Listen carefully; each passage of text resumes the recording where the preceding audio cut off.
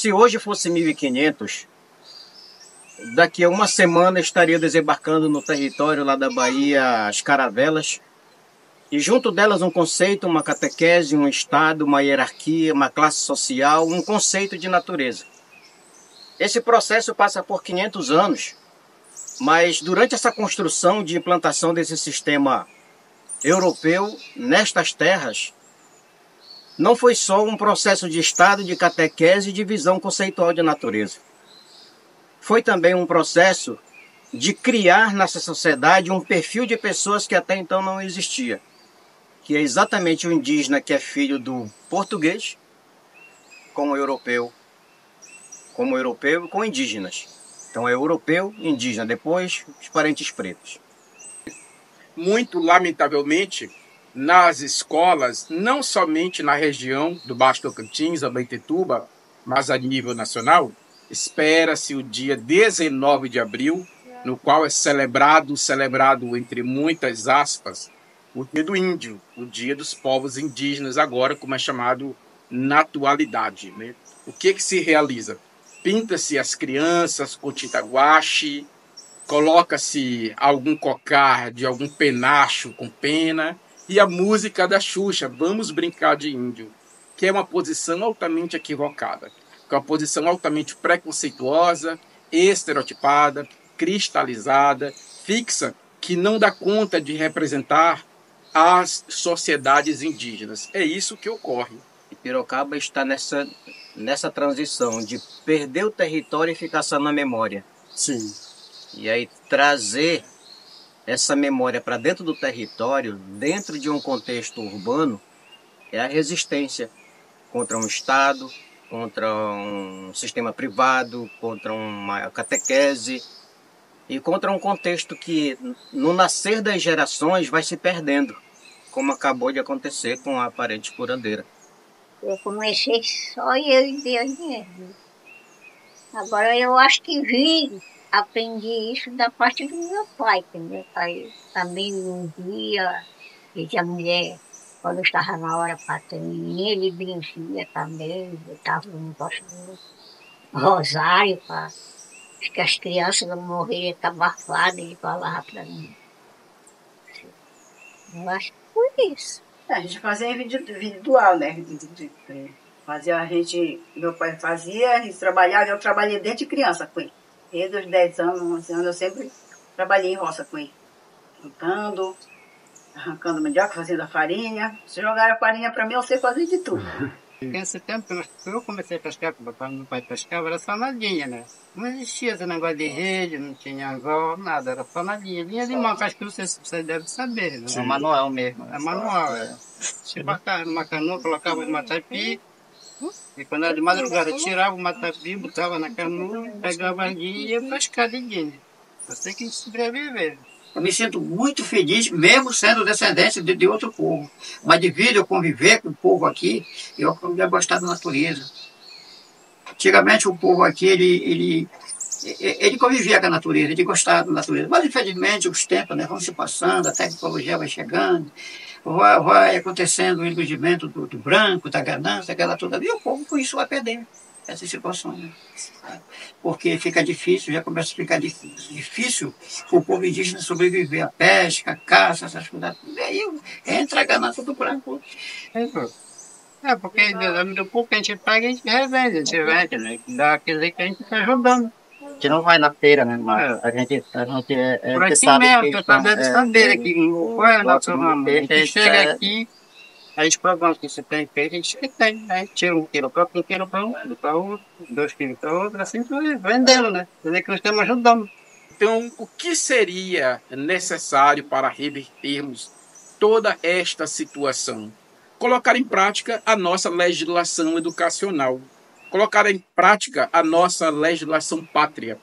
Nós temos, desde a Constituição de 88, alguns capítulos e artigos específicos que tratam da temática indígena, que tratam desse direito à educação indígena e o direito também de se falar dos povos indígenas, né? essas pessoas que foram nascendo com esse perfil nem eram europeus, nem eram indígenas e nem eram os pretos. E aí começaram a colocar outros nomes como pardo, descendente, caboclo, cafuso, e assim, ribeirinho, depois quilombola, catador. Então essas pessoas começaram a receber outros nomes. Nesse processo de tirar essa identidade desses povos que milenarmente vêm sendo vítimas de destruição, nós estamos hoje numa comunidade chamada Pirocaba, que é uma sociedade que também vem nesse processo de transição, de perda de identidade, perda de nome, perda de referência, perda de estereótipo, de conceito, de vivência, de cultura, de ritualística e até mesmo uma perda de memória, de se perguntar, você é indígena? Com toda a cultura que vive, com todo o nome que existe, com todo o estereótipo que tem, as pessoas dizem assim, não sou indígena, eu sou descendente. Sabe o que é interessante? Que o europeu não fala que ele é descendente de branco, ele fala que ele é branco. Quem é de afro também fala, eu sou preto ou negro. Mas quem é indígena não fala que é indígena, fala que é descendente. E a pergunta, quem que não é descendente? Esse processo de retomada de identidade indígena é muito importante para a nossa comunidade. Nós sofremos diversas... a gente faz parte, né, da história desse país, a gente sofreu diversas violações no decorrer de todos esses anos e roubaram nossas terras, tiraram nossos direitos. Então eu vejo esse processo de retomada de identidade como algo muito importante, não só para mim, não só para os meus antepassados, mas também para as nossas futuras gerações, para os nossos jovens, para os nossos adolescentes de hoje em dia, para que eles não possam só carregar o sangue indígena, mas que eles possam se reconhecer e pertencer a esse lugar, e que eles possam manter viva as nossas culturas, as nossas raízes, mantendo viva a nossa identidade. O processo da extração do azeite de andiroba era feito pelos nossos antepassados, né? Pelos avós, pelos nossos avós. Antigamente eram os mais velhos que faziam esse serviço, tanto que antigamente, hoje, era difícil de ver pessoas novas, por acaso como a minha idade, com a idade da Daiane, fazer esse serviço. Então eram pessoas mais velhas que faziam. E tinha todo aquele cuidado, porque ele é muito melindroso, não podia pegar chuva, não pode pegar sol em excesso, tem que ficar escondido. Antigamente a avó tirava no quarto, ela não deixava ninguém ver. A gente, quando era criança, tinha curiosidade de estar lá, abelhudando, né, mexendo, ela não deixava. Aí passou um tempo, ela parou, ela adoeceu, ela pegou derrame, então ela parou de tirar, a fazer a extração do azeite. Quando eu falei assim, eu lembro assim, né, que muitas coisas quando a gente era criança, a lembrança que eu tenho é quando eu tinha dor de garganta, quando era para puxar, se precisava de um azeite, para casa, não tem azeite, olha, fulano pode ter um azeite. Sempre as pessoas mais velhas não tinham, né? Aí quando chegava, é por isso que hoje a dona encarna, né, porque ela fala assim, que eu não gosto que fale óleo de andiroba. Aí chegou o menino em casa para uma entrevista, ele disse, mas por quê? Por que não óleo? Eu falei, porque para mim é azeite. Tanto que você aqui no Pirocaba, se você chegar e perguntar aqui para todos os moradores da comunidade, ele não vai dizer que tem óleo de andiroba para vender. Ele vai perguntar, você tem azeite para vender? Aí ficou assim. Aí então ele perguntou assim, mas por que azeite? Eu falei, porque azeite é memória. Azeite é lembrança. São coisas que a gente viu crescendo aquilo.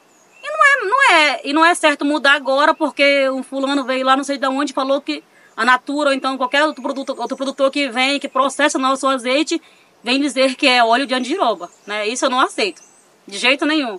Então, quando as pessoas vêm da comunidade aqui, muitas vezes eles falam assim, quando eles falam óleo de andiroba, é só óleo, ele já sabe. Aí ele volta para o azeite, né? Eu acredito que esse processo, né, de regularização, e que a gente tem que entender também que não é um processo fácil, né? Primeiro, a gente precisa desse reconhecimento. Então, em vários momentos, né, eu me deparei com várias situações, né, com parentes, não só aqui dentro do em vários estados que eu já saí, e que eu teve esse contato, né, com parentes aí, que eles não perguntavam para mim de onde tu és, falavam assim, parente, qual é a tua etnia? Então isso me incomodava.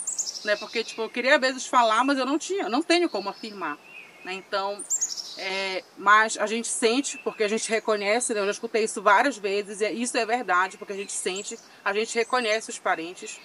Então, toda essa luta, né, por esse reconhecimento e também, ou para saber de fato, né, a nossa identidade, a nossa origem, eu acredito que é muito importante, né? Não só para mim, né, mas para nossas futuras gerações. Então, esse reconhecimento não é tipo para dizer, não é algo que a gente está ali buscando por algum tipo de interesse, né, mas para de fato, né, para defender esse território, que é algo que a gente já defende. Acho que a gente foi reconhecida também por isso, porque a gente era brigona, porque a gente estava ali lutando com unhas e dentes, e sempre faz isso em defesa do nosso território, porque a terra é o mais importante para nós, né? Então a gente não deixou de falar comunidade, a gente começou a falar território, porque a gente sabe que o território não é só água, né, é alimento, é tudo aquilo que vive dentro do nosso território. A gente tem esse sangue, né? Eu tenho certeza que eu tenho esse sangue. E eu tenho muito orgulho disso, né? Então, o que a gente quer de fato, né, conhecer de fato a nossa história, né, poder falar sobre isso, ter orgulho de falar também sobre isso, né, porque para mim é orgulho, né? Então, acho que o mais importante para nós é a permanência do nosso território, é a permanência dos nossos saberes, é a permanência da nossa cultura, né? Porque a gente viu aqui, apesar de muitas coisas terem se perdido, mas no caminho que a gente chegou até aqui, a gente, né, escutou um pescador, a gente escutou um lavrador, a gente escutou uma benzedeira, e a gente sabe que a gente precisa desse território para viver. Então, acho que mais do que um reconhecimento, esse território para a gente é o mais importante. Porque eu, né, desde quando eu era pequena, né, meus pais sempre foram assim, acostumados a fazer a roça, né? Tinha sempre as roças e a farinha, né? Desde pequena mesmo.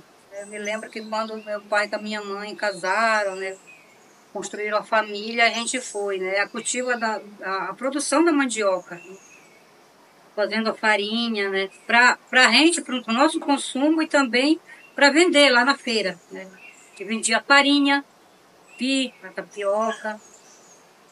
Então essa cultura, né, tem muitos anos atrás. E a gente continua fazendo, olha, lá, eu tenho marido agora, né, a gente trabalha também com a horta, uma horta que nós temos. A gente continua plantando a macaxeira também. Temos a criação de galinha caipira, né, tudo isso nós temos. Manter a identidade, né? Manter a identidade do povo indígena, que era da minha avó, do meu pai. Mas só que hoje é difícil isso continuar, né? Já mudou muito. Para mim já mudou muito. Por onde eu me lembro que por onde tem casa, lá no Pirocaba, eu fazia a roça com meu pai. Plantava milho, plantava arroz, a mandioca. Aí já mudou muito. Hoje já não existe mais isso, né? Só são casa lá. O que ocorre hoje em Pirocaba é o processo que a antropologia, as ciências humanas e sociais denominam como ressurgência, denominam como etnogênese. E na linguagem originária dos próprios tupis guaranis, o processo que ocorre com Pirocaba é semelhante a Peabiru, que neste caso é o caminho de ida e volta, o caminho de ida e volta que os povos tupi-guarani realizavam dos seus territórios até o Império Inca, lá no Peru. Estou falando de uma América pré-colombiana. E hoje o que está acontecendo em Pirocaba, em outras comunidades nordestinas, aqui mesmo na Amazônia paraense, chama-se essa ressurgência. O que é preciso? O que é preciso que a comunidade ela tenha essa consciência desse caminho de volta. O nosso desejo é que o que hoje Pirocaba está realizando seja uma realidade nas mais de 70 ilhas daqui de Abaetetuba. Seja uma realidade em Garapé-Miri, em Moju e em Barcarena também. Porque quem são esses sujeitos? Quem são essas pessoas, se não descendentes diretos dos seus povos originários, né? Então, hoje Pirocaba carrega consigo toda uma rede de memória, toda uma rede ancestral, e é muito importante essa reafirmação dada pelos próprios moradores daqui, que têm essa consciência de fazer esse caminho de volta. Então é nesse pensar que é importante Pirocaba entender, e já entende, e por isso a luta da resistência, que podem passar os anos e os anos e os anos. a memória ancestral, o território memorial, a referência histórica que é contada por este chão, onde os seus ancestrais andaram, ainda se escuta o som dos rezos, ainda se escuta o som dos mesmos pássaros que cantaram naqueles tempos. E a história está aqui como um desafio para Abaetetuba, para honrar os ancestrais destas terras. Porque Abaetetuba, que está com seus 130 anos, 130 anos é uma fagulha de tempo nessa história milenar desses povos que resistem, pelo menos pelo direito de ser. E esse é nosso caminhar, nossa força. Sigamos em frente. O Icaquara, força no caminhar.